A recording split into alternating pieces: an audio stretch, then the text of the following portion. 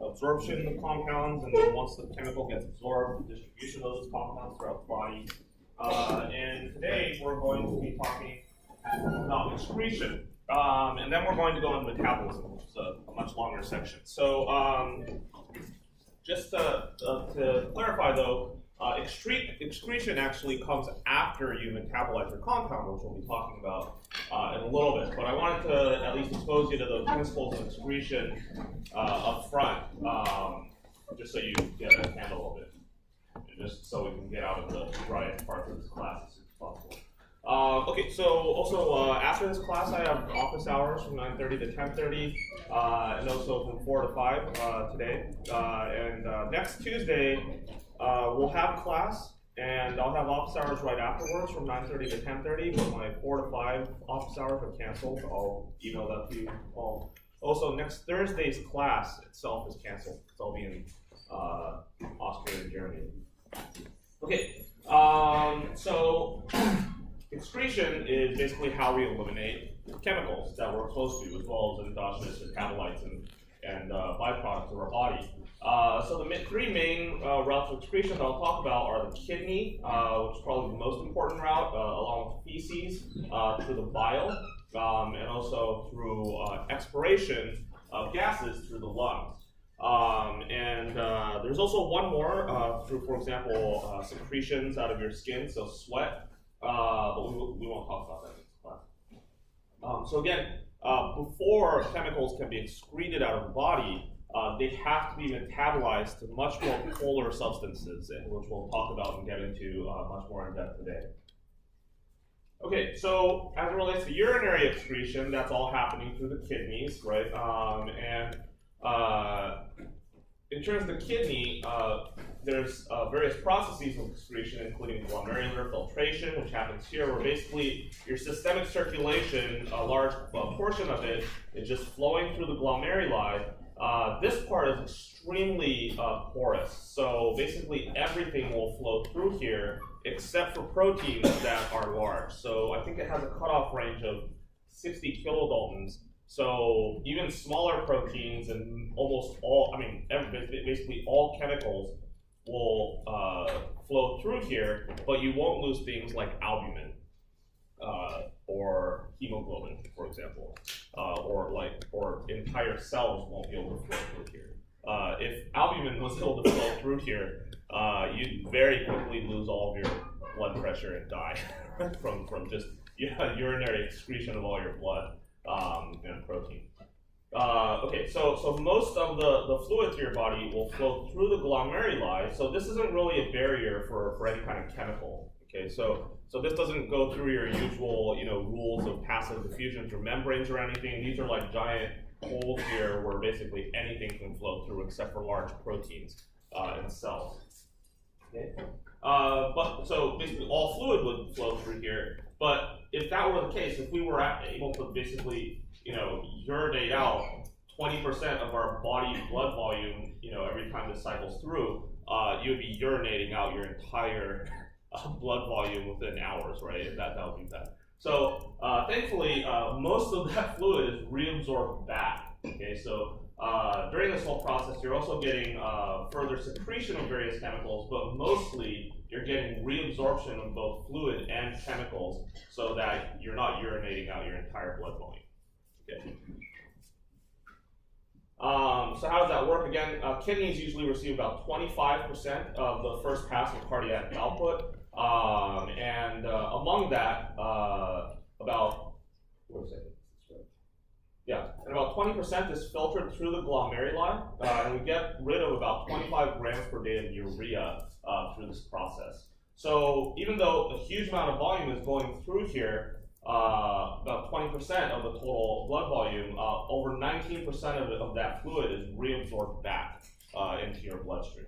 Okay, and that whole process of reabsorption is also occurs with chemicals as well. We'll talk about kind of the properties of which types of chemicals get reabsorbed back versus actively secreted, or which chemicals are more easily secreted, and so on and so forth. So again, this glomeruli is really not a barrier at all for any chemicals. So all chemicals will essentially, small molecule chemicals will pass through the glomeruli.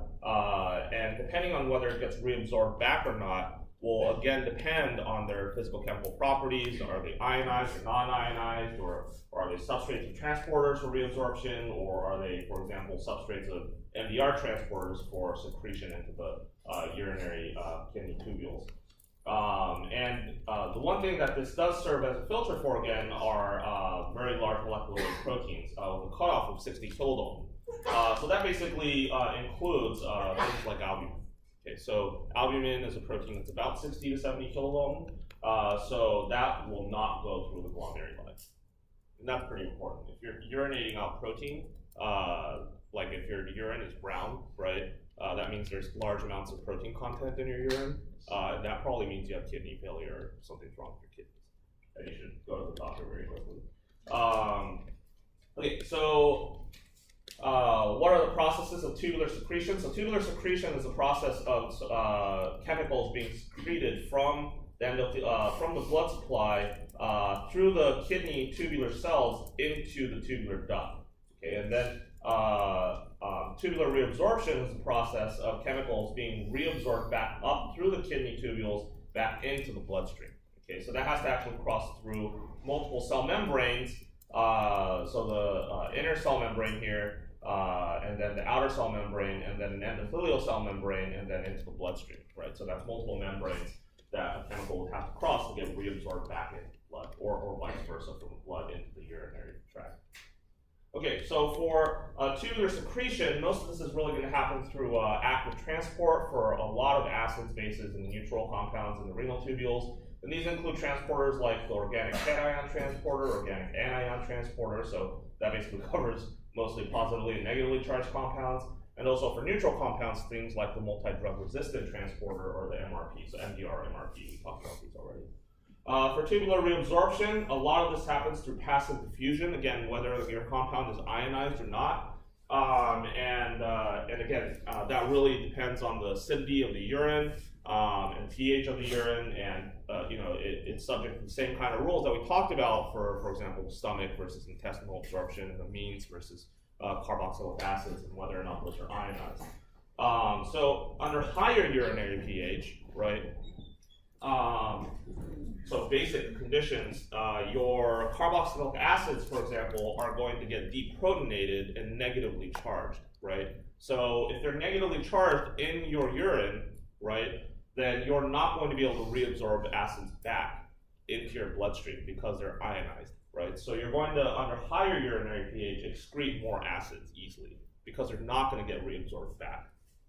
Okay. Vice versa, or contrary to that, for example, if you have low urinary pH, right? So let's say, I mean, you never go down to like pH 2, but like if it starts going down to pH 5-ish, due to some kind of metabolic insult or a respiratory insult, if your pH starts going down, right, carboxylic acids are going to get protonated and non-ionized, so those will reabsorb back, but your bases, like primary amines and secondary amines, are going to get protonated and ionized, right, so they won't be able to get reabsorbed back from the urinary tract, and so you'll be excreting bases more.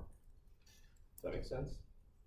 We'll go through this concept again in a little bit. And there's also active transporters, again, the organic cation transporters, peptide transporters, and again, the MDR and MRP proteins. Okay, so this is what that looks like. So think of this as the glomerular filtrate going into urine, right, outside of your body. This is your bloodstream, and these are the kidney tubular cells, right? So there are transporters that transport things from the blood into the tubular cells and then into your glomerular filtrate or urine, right? So these include the organic anion, cation transporters. You don't really need to memorize these, but just that there are a lot of transporters here, right? And then most of the things that are pumping things out into the urine are the MDR and MRP transporters, right? Those are active ATP-driven processes. And then to reabsorb back, you have all of these organic anion and cation transporters and peptide transporters, and then you have also the MDR MRP proteins that then shuttle your compounds back into the blood. Okay. I've had questions before about, I've always said that MDR and MRP proteins transport chemicals out of the cell, right? But in this case, you're transporting chemicals into your body, right? Using MRP MDR transporters. But you can see that the directionality of this is still transporting chemicals out of the kidney tubular cells and into the blood. Does that make sense? So the directionality is still outward, even though it's into your body. Okay.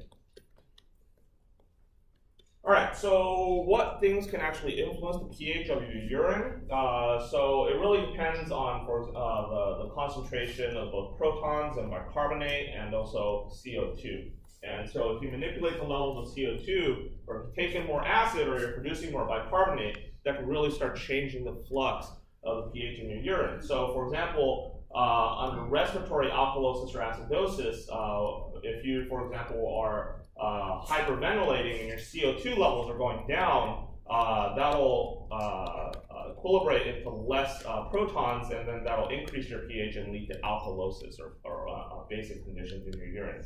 As opposed to, for example, if you have some kind of respiratory problem, so you're not breathing correctly, maybe the CO2 concentrations in your blood will start going up, and if that starts happening, you'll start getting higher proton content, lower pH, and acidosis. The urine of your pH will start going down. Okay. All right, so let's talk about some of these a little bit. So respiratory acidosis is a condition where, let's say you have some kind of depression of your respiratory system so that you're not breathing as much, so you're maybe not excreting out the proper amount of CO2. So CO2 accumulates in your body, which is bad, right? And one of the reasons why it's bad is because the higher content of CO2 will lead to a reduction in pH of your urine. Okay, and under those conditions, you get acidotic. And under those conditions, again, if your urine is acidic, then the weak acids will get protonated, right? And then non-ionized, so they'll get reabsorbed back into your body. Whereas for bases, they'll get protonated and ionized, so they won't get reabsorbed back into your body. So acids won't be excreted as effectively, and bases will be excreted more effectively. Okay. And so the way to compensate for that, at least immediately, would be probably difficult if something is wrong with your respiratory center. So you have to eventually correct your respiratory deficit to bring your CO2 levels back down, right? But the slower compensation would be that your body will adapt by excreting out more protons and producing more bicarbonate to start balancing your pH back out. Okay, and the body has a lot of different methods of renormalizing your pH under these conditions. But obviously, if you have a chronic respiratory impairment that's leading to higher levels of CO2, that will continuously exacerbate this acidosis, and eventually that can become pretty lethal. Okay, what about respiratory alkalosis? So that would happen if somehow your CO2 content in your blood was going down. And that would be pretty uncommon, but that could happen if you're hyperventilating. If you're breathing in and out like super duper fast, then your CO2 content would go way down below normal, and that would lead to an increase in pH, or your blood and urine would become more basic. And again, under those conditions, bases would then be excreted less efficiently, and acids would be excreted more efficiently, because under higher pH, right, acids would get deprotonated and negatively charged, and so they wouldn't get reabsorbed back, right? So acids would be excreted more efficiently, and vice versa for bases.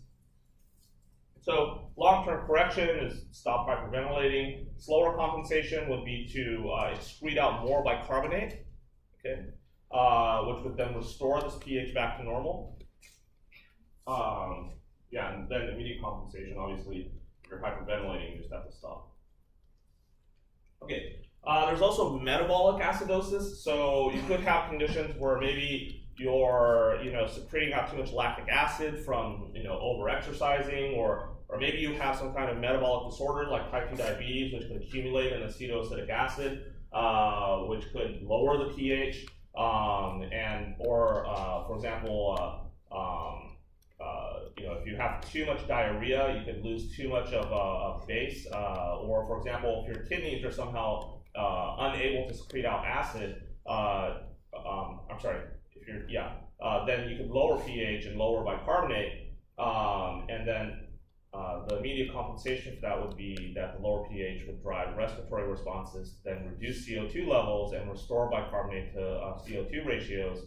And then the long-term correction will be to renally excrete out more acid and restore bicarbonate levels back to normal. Metabolic alkalosis, on the other hand, could occur, for example, if you're excessively vomiting. So the stomach acid content is being excreted through vomiting, and then your pH starts going up, and then the immediate compensation for that would be to stop vomiting, obviously, but also that the high pH would start slowing your respiratory drive and you'd accumulate CO2 levels, and that should restore your pH back to normal. And then the long-term correction would be to excrete out the excess bicarbonate. Okay. So I would say that you probably don't have to know this stuff for the exam, but these are things that could influence whether you retain a drug or not, right, or a chemical in your body. It could really start influencing your excretion rates if you have problems either through metabolism or through respiratory drive that could influence the pH of your blood and urine. Okay, so what are examples of this? So, for example, if you are exposed to amphetamines or PCP or cocaine, right, all of these are kind of weak bases here. So amphetamines are stimulants that cause euphoria and aggression and grandiosity through primarily elevating the levels of epinephrine and dopamine and norepinephrine. And phenylcyclidine, PCP, is a hallucinogen that was formerly used as an anesthetic here. Cocaine also blocks the dopamine and epinephrine and norepinephrine uptake, and that's also a stimulant that can cause increased euphoria, much like amphetamines. And all of these, the excretion of them can be accelerated by making your pH of your urine more acidic. And you can potentially do that through forced urination coupled with treatment with things like ascorbic acid or ammonium chloride, which could start reducing the pH of your blood, protonate these amphetamines, right, or PCP or cocaine, make them ionized, force them to become ionized, so that they're not reabsorbed back into your bloodstream from your urine, right? So if you have an overdose of these things, the doctor might prescribe forced diuresis coupled with trying to force acidosis in your blood to try to excrete these drugs more quickly. Does that make sense? For the opposite case, salicylate, this is a carboxylic acid, right? So this is like the active ingredient in aspirin here. So if you, for example, somehow had aspirin poisoning and you wanted to get rid of it faster, right, you'd want to induce alkalosis in your blood and urine, right? And you can do that, for example, by taking drugs that will increase the levels of your sodium bicarbonate. And also furosemide does that too, coupled with forced diuresis. It makes you urinate more. So if you want to get rid of acids faster, you could induce alkalosis in someone. Okay. So under basic conditions, this will get deprotonated and negatively charged, right? So that it won't get reabsorbed back and you'll excrete it faster. Does anyone have any questions about that?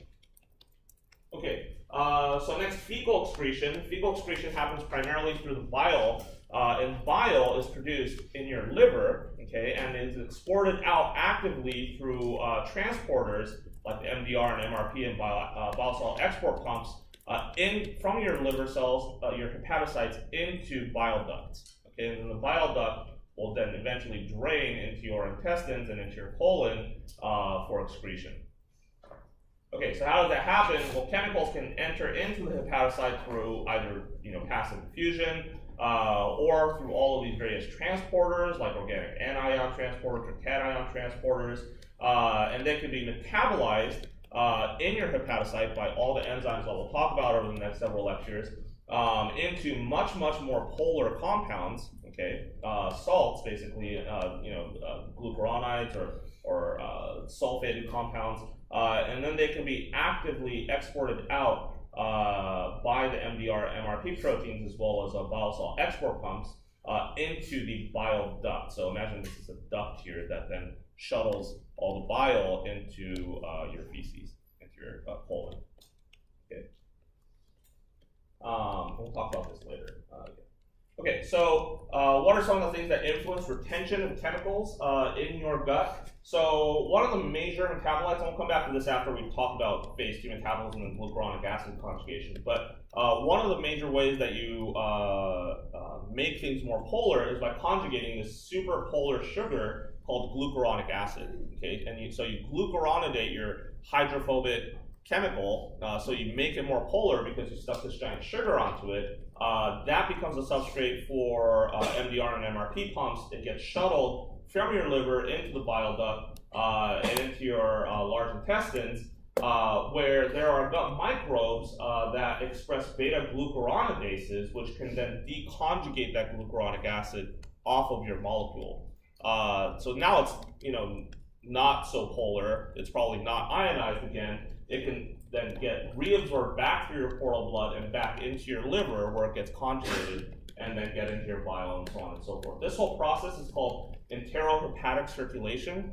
And so it could potentially, if you have a glucuronic acid metabolite that was ready for excretion through the bile, it could potentially get retained further through bacteria in your gut, basically deglucuronidating your molecule and then getting reabsorbed back into your liver.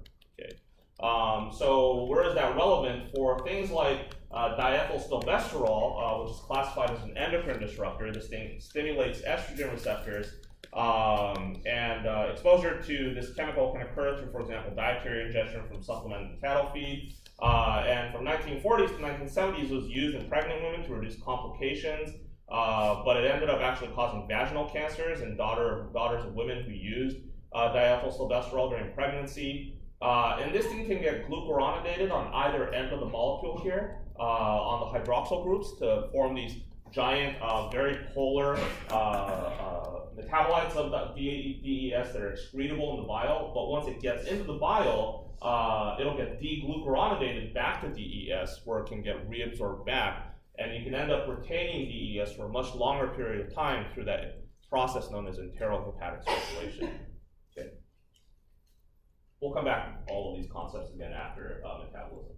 Okay, and then just to finish off with exhalation, this is pretty simple. So, this is how anything volatile will get excreted out of our bodies, primarily through our lungs back into the environment. So substances that predominantly exist in gas phase at body temperature would be primarily eliminated through the lungs. And basically the rate at which that happens is both proportional to its vapor pressure, so how volatilizable it is. So that's how like breathalyzer tests work, right? Because ethanol is volatile at body temperature. And also that substances can also be just eliminated through simple diffusion. If it's volatile enough, you don't really need transport systems for that.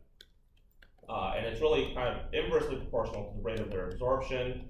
So if a gas is super soluble in the blood, it's probably going to stay in the blood more. But if it's not so soluble in the blood, it'll get more rapidly excreted through exhalation. Okay. That takes care of that.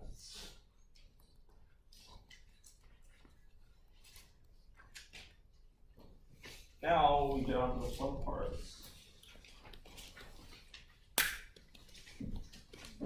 So for this part, as we go through this, and I'll start going through examples in a bit, have you all downloaded the biotransformation handout? Okay. This will be your best friend for the next several weeks as you memorize all of these reactions. And on the exam, I want to make it very clear, the exam is really going to be very likely around basically one massive question where I give you some chemical that you've never seen before. I'm going to ask you where it gets absorbed, right? And then how would you metabolize it through phase 1, phase 2 reactions? How could it get potentially bioactivated versus detoxified? And mechanisms of bioactivation and potential mechanisms of toxicity, which are all things that we'll be talking about over the next few weeks. So you really, the way that this handout works, the specific reactions that I'm talking about in class are specific examples, but you don't have to memorize any of the specific examples that I give you, because the exam question will be some completely unknown chemical that you've never seen before, right? So the point of all the structures that I'll be showing and the various reactions that I'll be showing are not necessarily for you to memorize those particular structures and how they're metabolized. They're examples of reactions that can occur on chemicals. So the way that your handout is organized is that it's purposely made to be generic, right? So in your handout, you have like a whole bunch of R groups, like R1, R2. Those are meant to basically make the chemical generic enough so they can apply it to anything that you might see. Does that make sense? Okay. It'll make sense with it.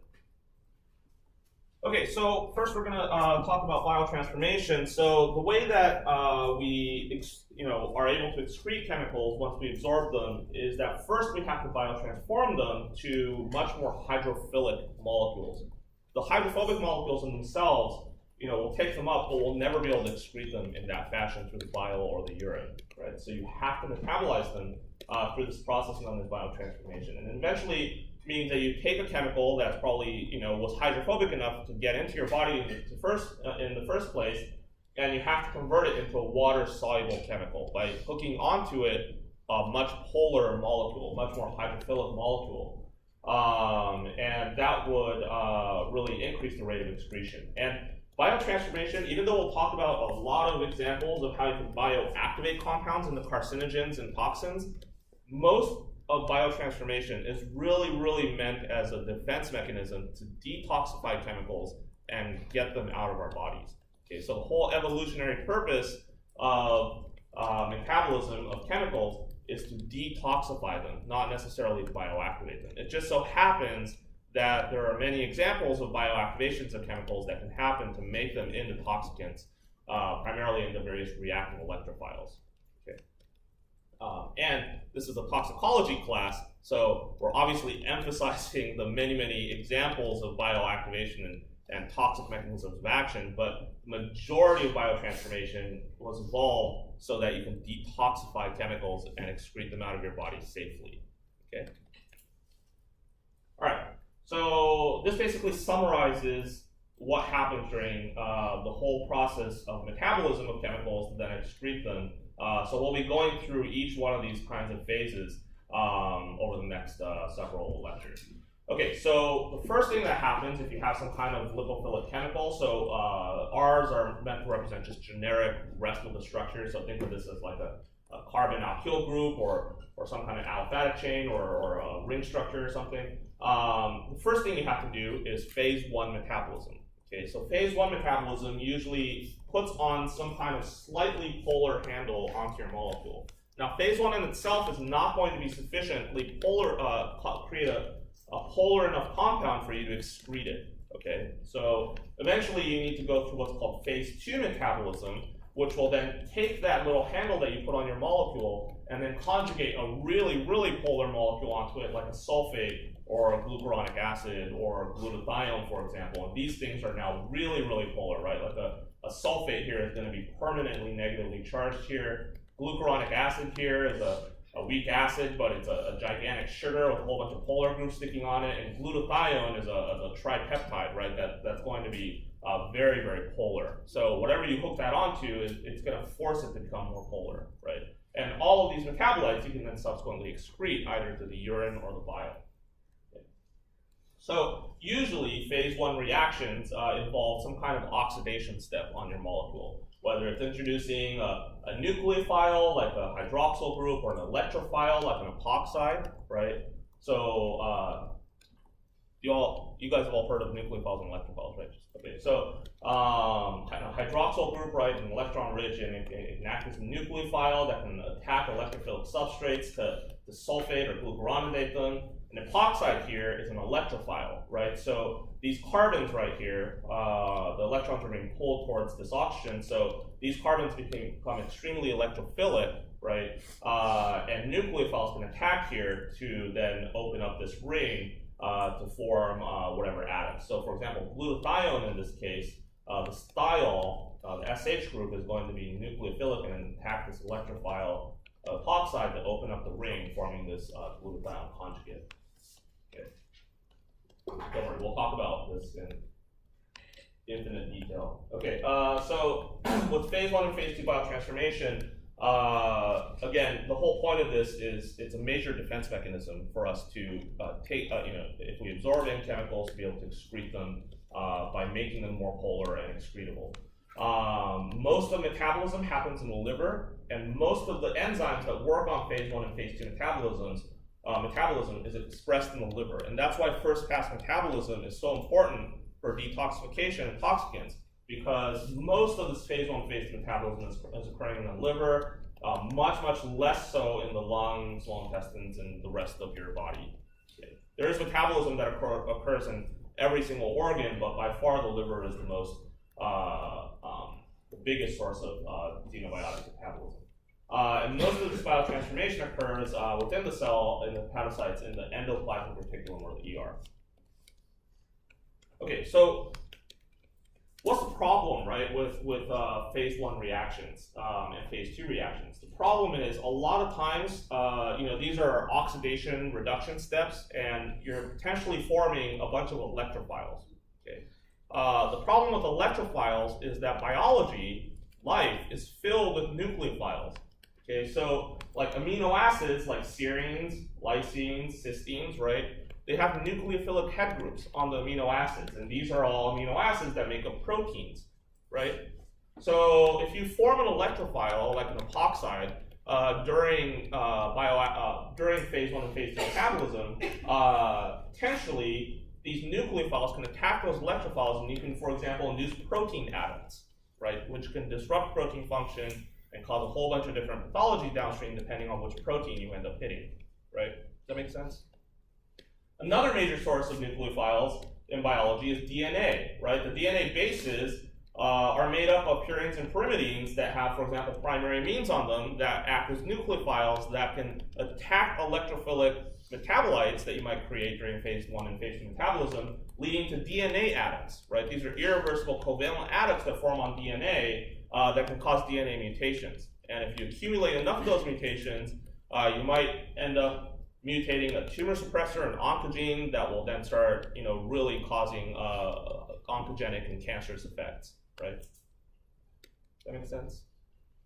So in general, I would say that after the midterm, I'll give you a whole lecture on some of the stuff that our lab does and how not all electrophiles are necessarily bad, that you can actually temper the reactivity of these things to make actually cool drug-like molecules. But at least as it relates to being a professional toxicologist in any company, if you see an electrophile, people assume that that's very bad. Okay, so if you see some, either what your drug itself is a potential electrophile, or the drug can be metabolized to a potential electrophile, the first thing that comes to mind is, does it cause DNA adducts or protein adducts? Okay, and is that non-specifically causing protein or DNA adducts, in which case that can be very, very dangerous. Okay. Any questions about that? So if you start causing non-specific protein adducts, that could make your body think that maybe those proteins are foreign, right, and start attacking your body and cause autoimmunity. Or if you bind to specific active sites of various proteins, and if you do that enough across many, many proteins, that could inhibit the functions of those proteins, and then you can end up getting cell death from that. And again, if you mutate your DNA too much, obviously that's bad. Okay. So what are the types of reactions that can happen under phase 1 metabolism?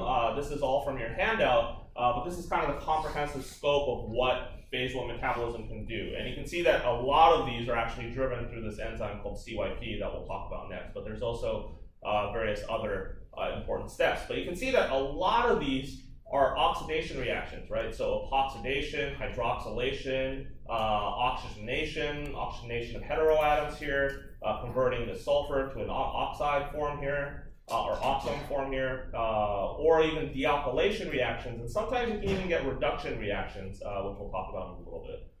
So there's a whole bunch of different, types of basically oxidation reactions that can occur, or potential reduction reactions or dealkylations that can occur in phase 1 metabolism. Okay, so probably the most important enzyme in phase 1 metabolism are these cytochrome P450s. Okay, and there's a ton of these located in the liver, and this is probably the most important enzyme involved in biotransformation. Now, there are tons and tons of cytochrome P450s. There's actually almost 400 of them, and we will not go through all of them. If I made you buy that toxicology textbook, there's like a 200-page chapter in there that goes through all the isoforms and their substrate specificity. I don't think you ever have to know that. But the way that these cytochrome P450 genes are classified is that they're abbreviated with the CYP gene name, and then you have some kind of subfamily name, so CYP1 family of cytochrome P450s, and among that you have your sub-classification like A or B or C or D or E, and then individual gene names. So CYP1A2 belongs to the CYP1 family, and then CYP1A subfamily, and then it's the second isoform enzyme within the CYP1A family of genes.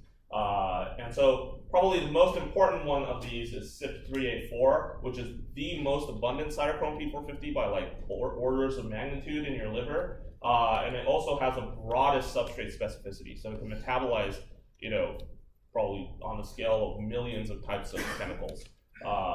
And then there's also CYP1A2, which can metabolize things like caffeine. CYP2E1 is important for bioactivation of certain metabolites like ethanol, and also it can bioactivate acetaminophen into a very potent hepatotoxin that can cause protein adductance to liver proteins.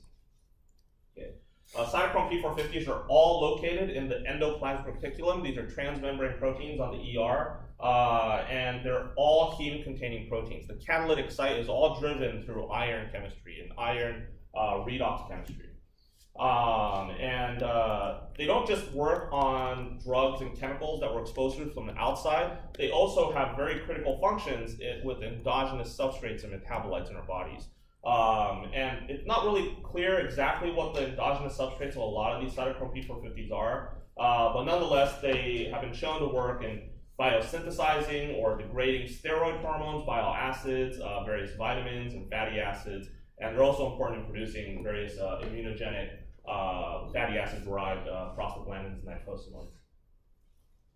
Okay, so this is looking at the active site of a cytochrome P450, where this heme here is coordinated by this iron, which is bound to a cysteine within the active site, and this whole heme molecule serves as a platform for substrates to come in and do redox chemistry. Okay, so what are the types of reactions that cytochrome P450s can do? This is probably one of the most versatile enzymes out there with the largest substrate specificity and really, really cool diverse chemistry. And they include things like hydroxylation, okay, simple hydroxylation on any carbon or heteroatom, or heteroatom oxygenation or hydroxylation, oxidation or reduction. So you can get simple oxidation of a carbon-carbon bond or reduction of it. You can get reductive dehalogenation to form a radical, for example, and then subsequently hydroxylate it, like in this case.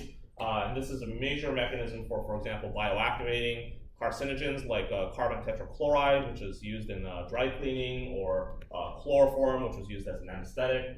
You can also get reductive dehalogenation, so you can get removal of a halogen from compounds like this, oxidative dehalogenation, cleavage of esters. Let's see, is there an example of that here? Not seeing an example of a cleavage of an ester here, but and dehydrogenation as well as dealkylation. So you can actually take like an N-methyl group, for example, and this dealkylation primarily happens on heteroatoms. You can take, for example, an N-methyl group here and dealkylate it into a secondary amine.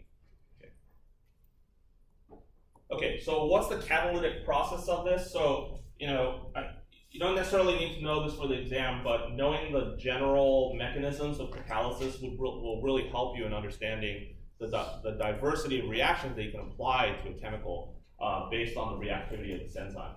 Okay, so in the active site of cytochrome P450 is that heme, right, that has iron in it. That iron in its resting state is usually in the oxidized iron 3 form, and in that form it can bind to your substrate, okay, substrate chemical, whatever that might be. Okay, and under that state, once it binds the substrate, it can pick up an electron from NADPH cytochrome P450 reductase, which transfers electrons to the iron to reduce it And then under that reduced step with the substrate bound, it can now bind molecular oxygen.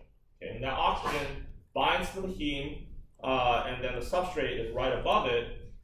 And then it takes on another electron from NADPH cytochrome P450 reductase to then form this peroxide here. And then it releases water to form the oxidized form of iron, this peroxy-iron intermediate, which then confers that oxygen onto your substrate, in this case to hydroxylate it, to then release your product. And then it regenerates the oxidized form of iron to then do that cycle again. Okay? So it basically requires 2 electrons to be inputted from NADPH cytochrome P450 reductase. And so what does that mean in terms of actual reactivity and mechanisms? So for example, if you want to hydroxylate a carbon atom on anything practically, whether it's on a benzyl ring or whether it's just an alkyl chain, if you want to hydroxylate the carbon here, what happens is that under this condition, under the oxygen-bound iron form and the 3+ form, you get a hydrogen abstraction, okay, and then conferring of that hydroxyl group back onto the carbon to hydroxylate it. Okay. You can also get heteroatom oxygenation, in which case you have an electron abstraction to reduce the iron, and then you oxidize the sulfur atom or whatever heteroatom that you're working with. How does heteroatom dealkylation work? So that's a little bit more involved. The first thing that you do is actually take an electron from the actual heteroatom, okay, and then the hydrogen from here actually gets transferred on to then actually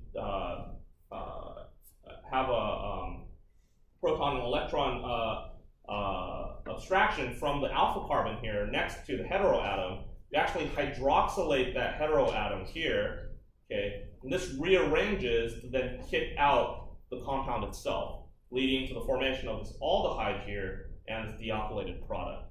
Okay, so actually what happens here is that you initially get an electron abstraction from the heteroatom, and then that then rearranges to then hydroxylate the alpha carbon here, which then rearranges to release your dealkylated product and the aldehyde. This one's actually pretty significant because it could lead to a potential bioactivated product, because aldehydes are highly reactive with nucleophiles like cysteines or lysines, as well as potentially reactive with DNA. Okay, so you could have a situation where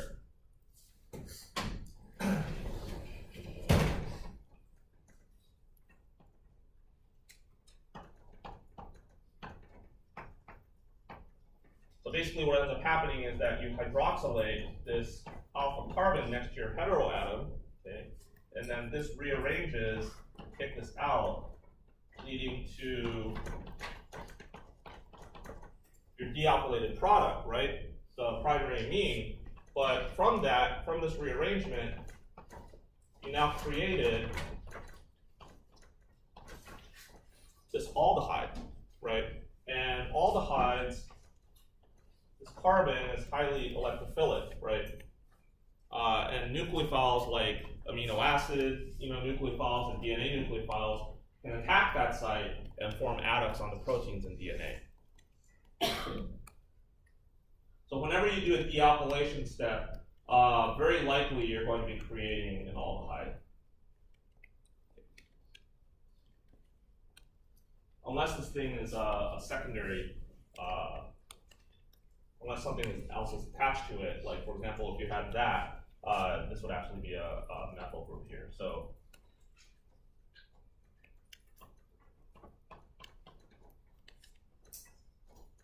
yeah, sorry. So in that case, you would form an aldehyde. But if you just had a CH group there, then that would lead to an aldehyde. Okay, we'll go through a bunch of examples there. Okay, so how does cytochrome P450 get its electrons? The way it gets its electrons is through NADPH cytochrome P450 reductase. And NADPH cytochrome P450 reductase basically takes electrons from NADPH, which is from the pentose phosphate pathway branching off of glycolysis.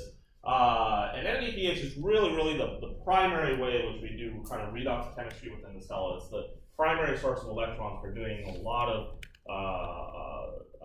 quenching oxidative stress or regenerating antioxidants like glutathione. But in this case, we're transferring electrons from NADPH to FAD to reduce that, and then that reduced from an FAD then transfers electrons to FMN to reduce that to FMNH2, and then FMNH2 then confers 2 electrons onto cytochrome P450s. Okay. So these are all basically redox reactions to transfer electrons from NADPH to FAD to FMN to cytochrome P450 enzyme. And I won't belabor this point too much, but essentially it transfers an electron onto FAD to form FADH2, and then that electron gets conferred onto cytochrome P450s to then reduce the iron and then also oxidize the substrate. And cytochrome P450 directly interacts with cytochrome P450 reductase on the endoplasmic reticulum, and that interaction is actually mediated through dipole interactions where the one side of cytochrome P450 is positively charged and the other side of the cytochrome P450 reductase is negatively charged so that they interact at the ER. Okay, and these are again the various reactions that cytochrome P450 can do. So I'll show you a few examples of this. So this is a drug chloroxazone, which is a muscle relaxant, and it's an inducer of calcium-activated potassium channel.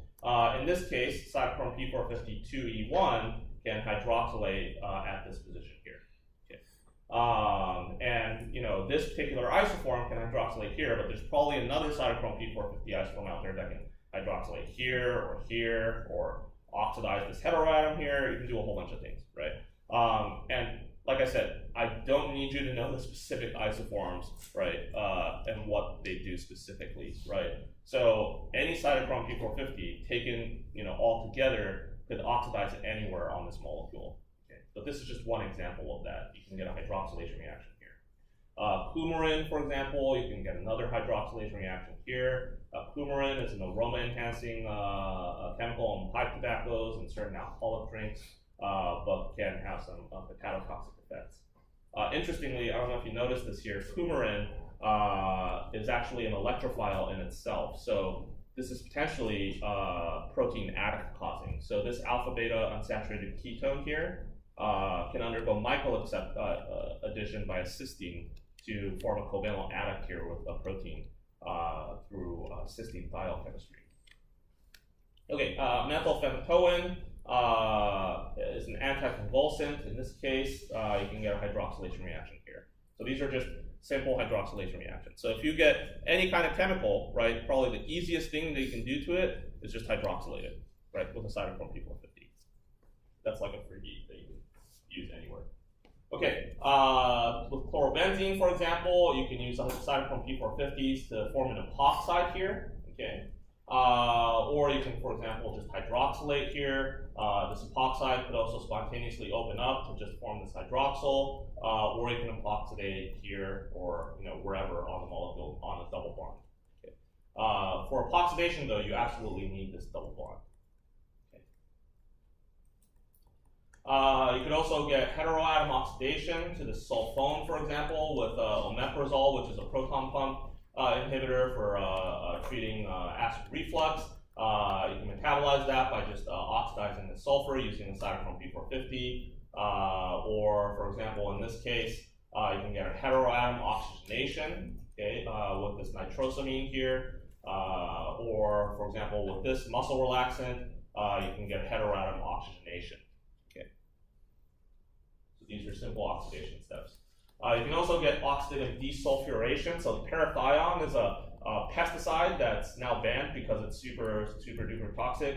But the way it's bioactivated into a neurotoxin is actually by oxidative desulfuration, basically swapping out the sulfur with an oxygen through cytochrome P450 reactions. You can also have thiopental, which is a prodrug, be bioactivated through oxidation into pentobarbital here through oxidative desulfuration.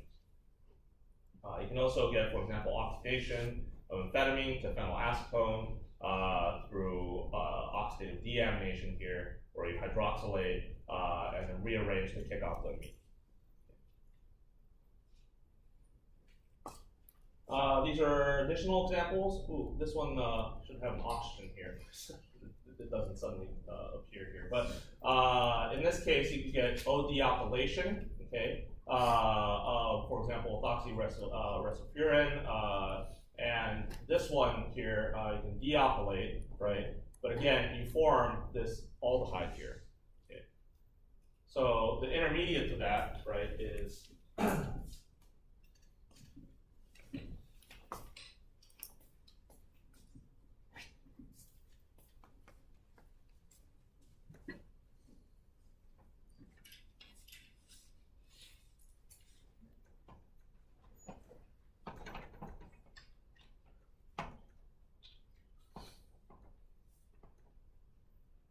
let's say that's just a methyl group here. The intermediate to this is that you get hydroxylation here, right, which then rearranges to then kick that out so that you're left with a hydroxyl, but then you're also left with aldehyde, right? So same thing here. You can O-methylate this, or demethylate this, using the cytochrome P450 to form this hydroxyl group, but you just form formaldehyde, which is highly toxic. This N-dealkylation step on diazepam here is a detoxification. So diazepam is an anti-anxiety med that's used to suppress seizures, and it acts for stimulating the GABA receptor. But if you demethylate this, it becomes detoxified and no longer active. And again, you form formaldehyde here, and then this secondary amine. Okay. Any questions so far? Okay, you can also use cytochrome P450s to hydroxylate endogenous fatty acids like lauric acid. So you know this particular cytochrome P450, I guess, hydroxylates at this carbon right here. But you know, if you take any other cytochrome P450, you could probably hydroxylate anywhere on this carbon chain. Cytochrome P450-384 can, for example, oxidize testosterone into this inactive product, 6-hydroxytestosterone, by hydroxylating here. But again, if you take another cytochrome P450, you can probably hydroxylate anywhere, right? So these are just example reactions, right? But these are just, you know, you should take this as examples as opposed to just trying to memorize these reactions, right? Because I'm never going to ask you to recapitulate testosterone oxidation in the 6-hydroxytestosterone or something. Does that make sense? Okay.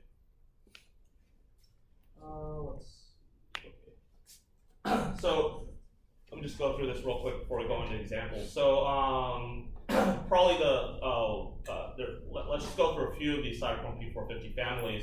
Let's talk about CYP1A family first. CYP1A1 is a particularized form of cytochrome P450s. It's expressed in the lung and the intestine. Its substrates include things like polycyclic aromatic hydrocarbons and estradiols and prostaglandins. And you can induce the expression of cytochrome P450 by things like polycyclic aromatic hydrocarbons, like really hydrophobic things. You can actually induce the expression of cytochrome P450s. It's actually not really clear what the endogenous substrate of this enzyme is, but if you, for example, knock out this enzyme in a mouse, they can become highly sensitive to polycyclic aromatic hydrocarbon toxicity.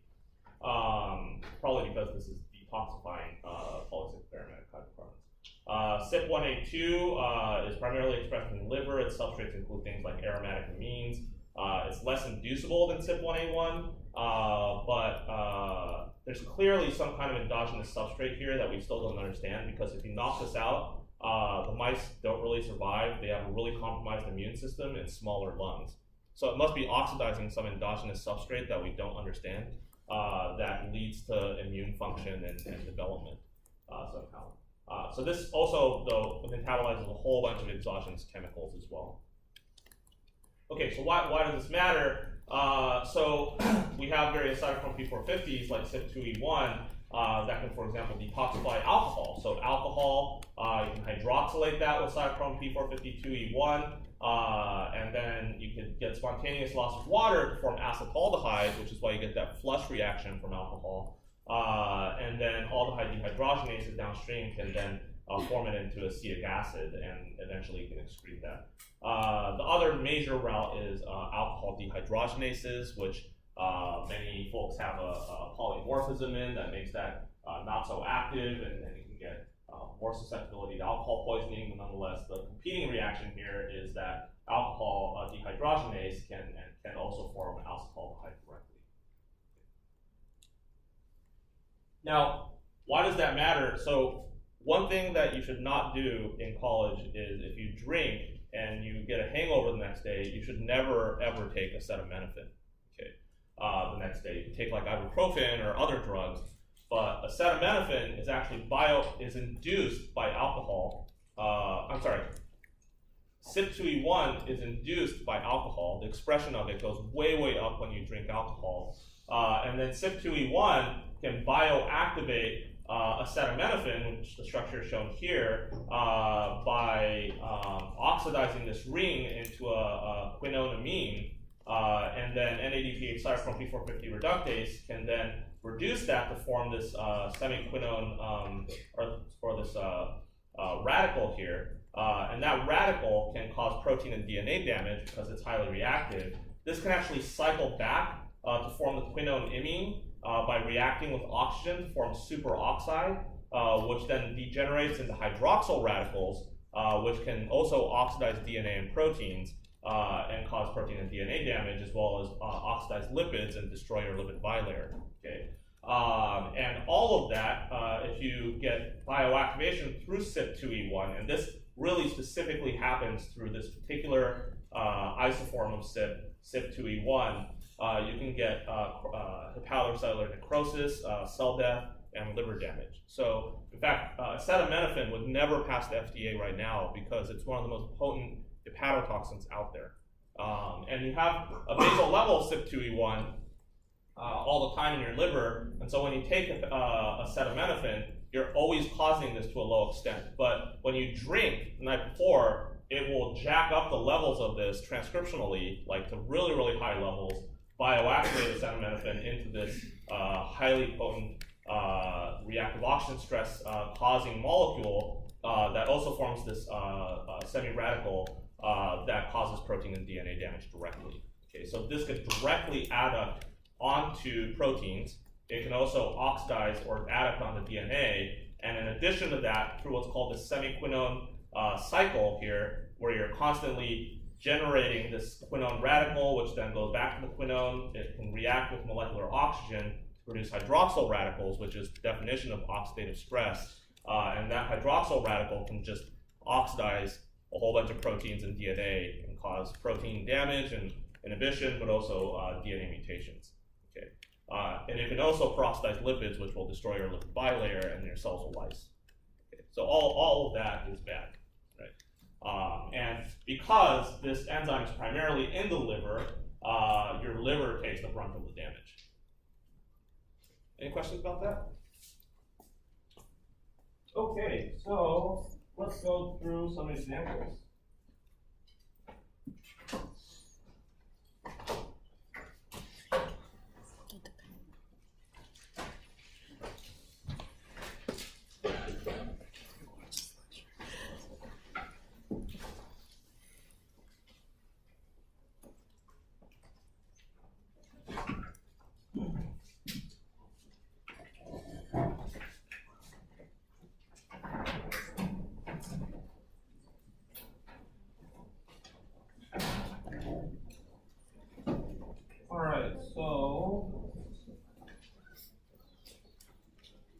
Make up a molecule here.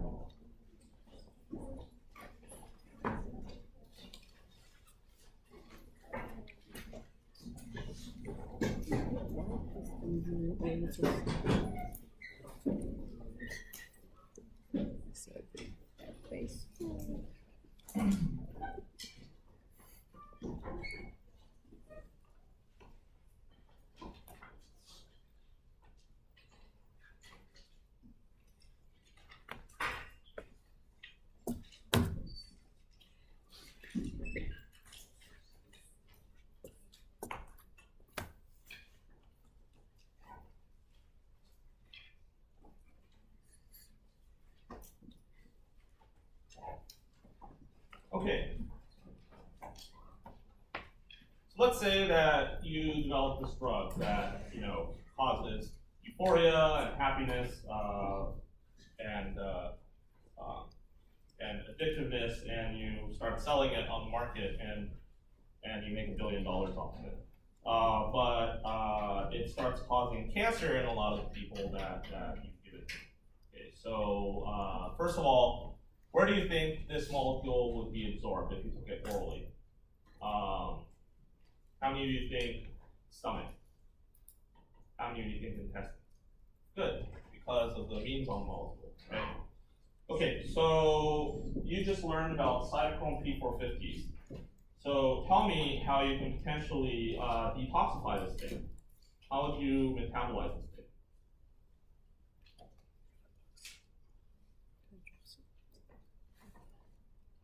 Yeah. Yep. Epoxidation, good. So cytochrome P450, and let's put an epoxide here.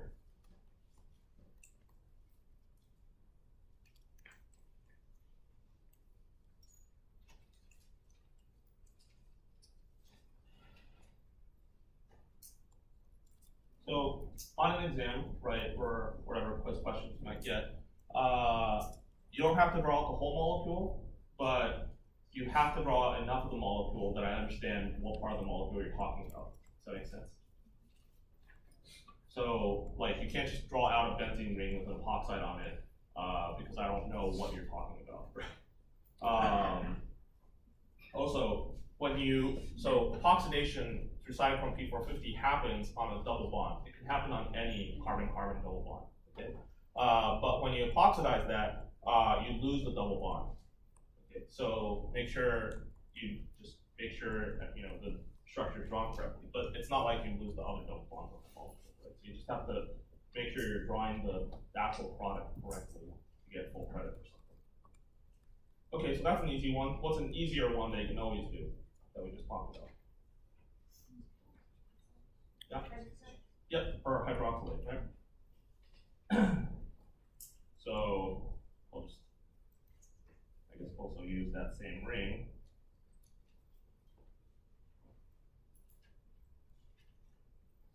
Okay. What else?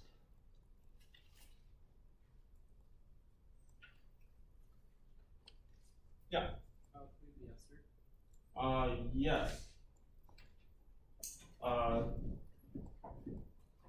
You mean like here, this or here? Yeah. That's an ether technically, not an ester, but yep, we could dealkylate that, right? So I'm gonna draw. You don't have to draw the intermediate necessarily, but I'm gonna just draw that real quick here.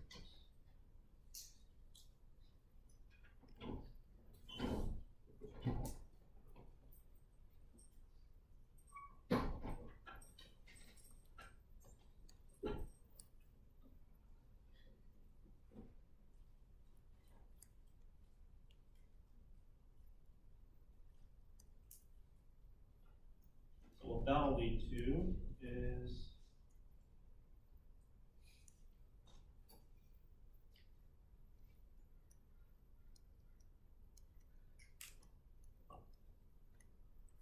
but also it's going to form an aldehyde, right?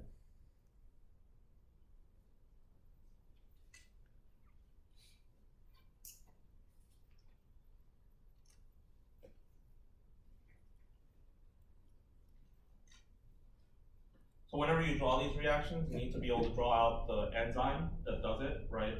And we just talked about one enzyme, they're going to be talking about 20 other enzymes. So you need to specify which enzyme, right? And then you have to draw out the structure. Okay. Good. So you could also dealkylate here at that amine.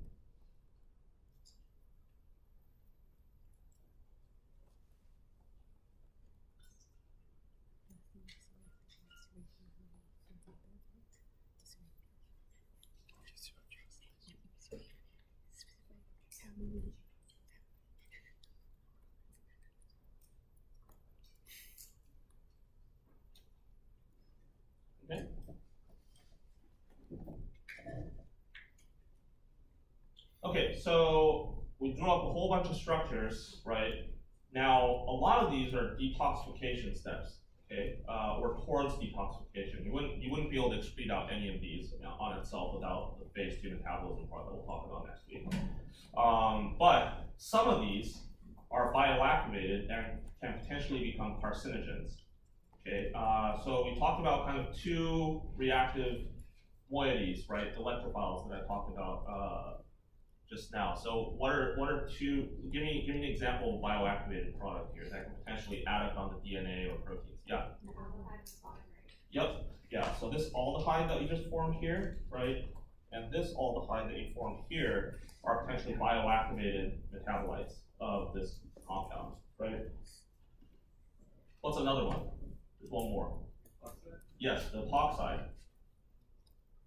is also bioactivated, right? So these carbons right here on the epoxide, or these carbons here on the aldehydes are highly electrophilic, right?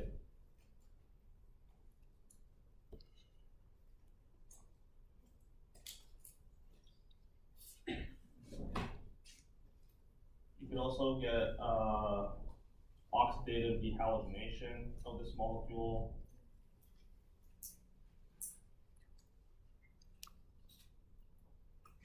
Oh, shit.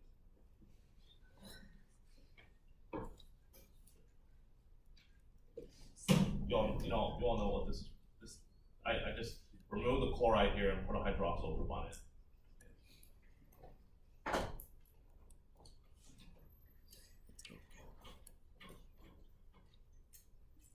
So a lot of stuff can happen just with one enzyme, right? And I'm not even drawing all the products here of all the possibilities for this. You can also get heteroatom hydroxylation.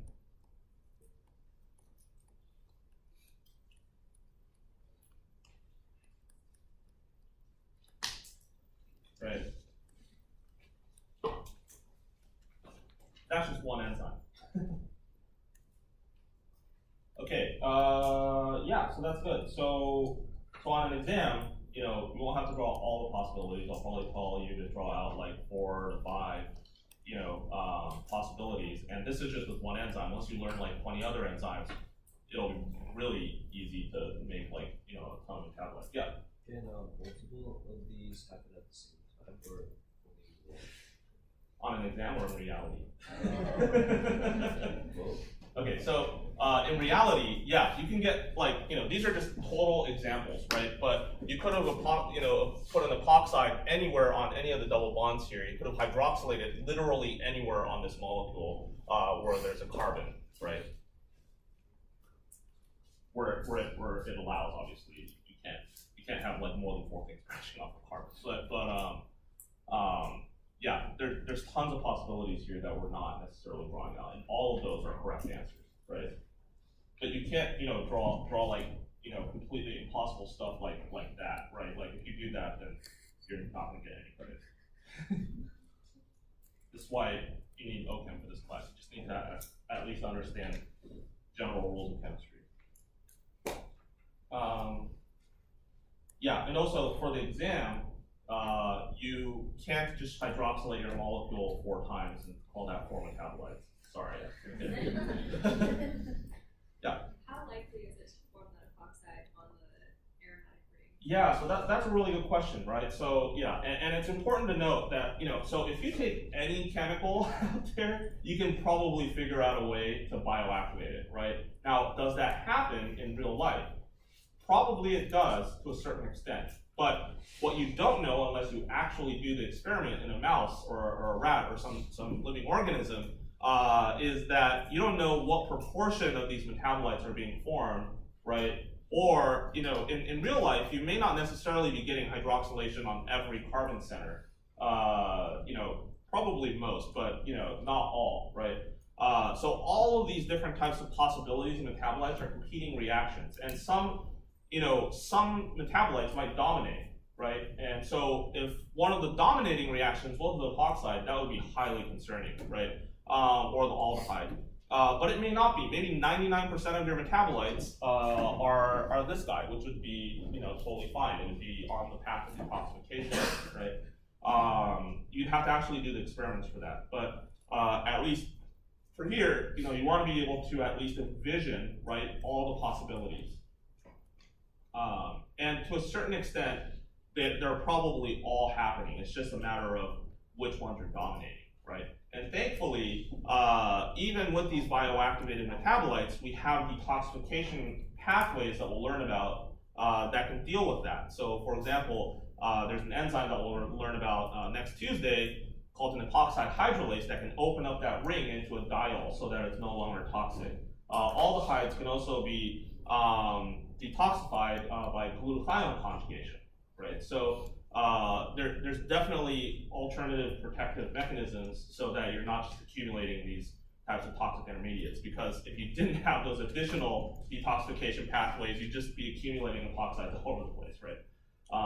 Which would be bad. But again, those are all competing reactions. So think of this as like all of this is possibly going on, yeah, what proportion of it is going on, and also what other detoxification pathways are you competing with compared to DNA or protein binding, right? And even if you do get DNA or protein binding, there are also repair mechanisms to repair your DNA adducts or repair your protein adducts as well. And then if all of that fails, the cell also has cell suicide mechanisms, apoptosis, to kill itself if it starts encountering too many of these DNA adducts, right? So the way you get to cancer from that is if you start accumulating, if you're chronically, constantly being exposed to this kind of stuff, there's obviously repair mechanisms that are handling it, but if you overwhelm those, right, and you get enough DNA mutations until you accidentally end up hitting, hitting and wiping out a DNA repair enzyme, or if you, for example, wipe out a gene that induces apoptosis, so your cell knows to die when it's too damaged. If you start mutating those, right, then your cell will continue to accumulate mutations, not die, or not be able to repair it, right, and that can lead to cancer, right? So key examples of this, one of the key things that cancer will mutate very, very early on are things like P53, which we'll learn about in a little bit, which is a major tumor suppressor, and it's really the gatekeeper that senses if there's too much DNA or protein damage, it will induce itself to kill the cell, right? It's a major protective mechanism that we have. And almost all cancers will actually mutate P53 so it can no longer induce apoptosis. Okay? And that basically has to happen, or else as soon as you start accumulating DNA mutations, your cell will kill itself, right? But if you mutate P53, the cell will not kill itself, continue to accumulate mutations until you start mutating oncogenes or tumor drivers like RAS, which will constitutively stimulate cell proliferation forever.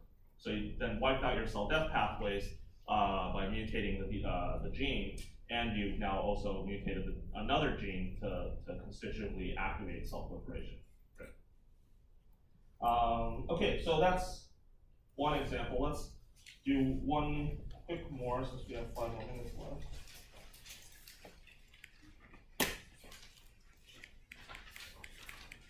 Let's do an easy one.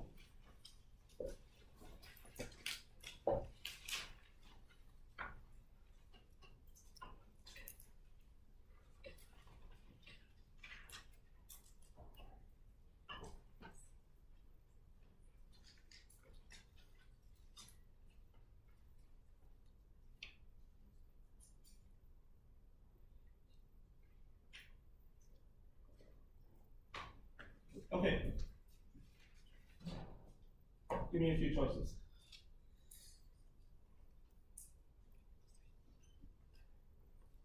Yeah. Methoxide formation at the double bond. Yep.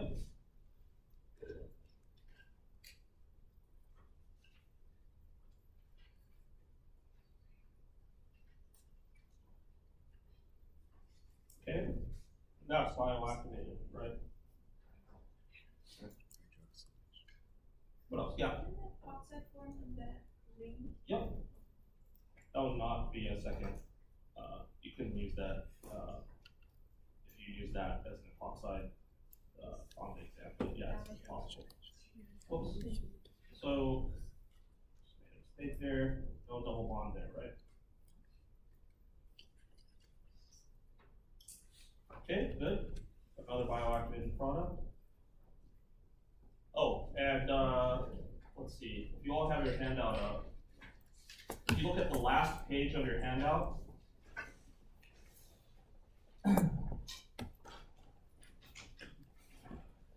these are a lot of different types of electrophiles that you can have. So the title of that page is electrophilic moieties that can react with proteins. So these are a lot of different electrophilic moieties that are out there that are known to be reactive electrophiles that can react with nucleophilic amino acids on proteins. Okay. So, for example, if you look at the second group, there's a cysteine and an epoxide that's reacting with the cysteine, right? So that would belong to the epoxides that we just formed. I don't know if you can see here, but on the right-hand side, you also see something that looks like this.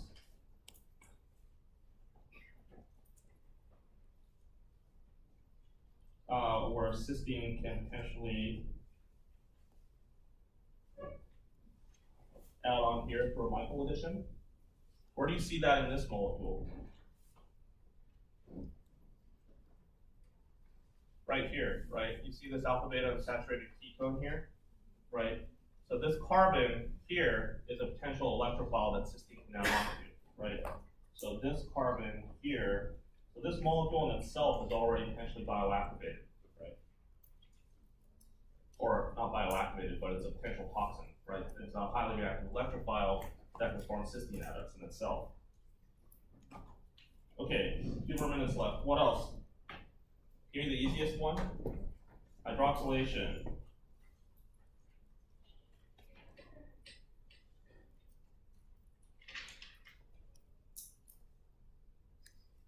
Good. All right. What else? Yeah. Yep.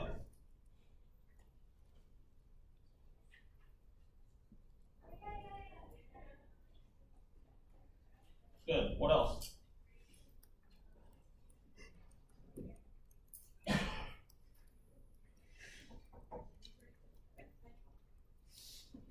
It's not quite a peptide bond, but yeah, you mean dealkylation at the nitrogen.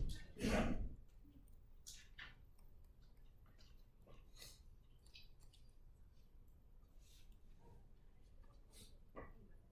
Yeah. Okay, and then you form an aldehyde, right? That's bioactivated there. Okay. So a lot of possibilities, right? And in fact, I didn't show you this on the other one, but on this molecule, this chlorocetamide, or chloroacetic acid, or I guess this acetyl chloride here, that carbon is electrophilic. In fact, it's on your handout, on the second row of structures there, B, shows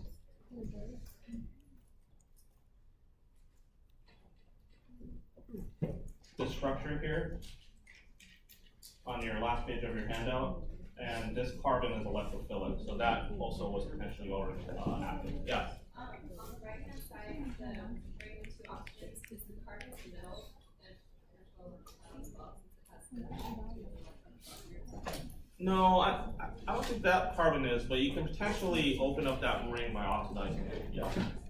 Okay, that's it. See you guys on Tuesday.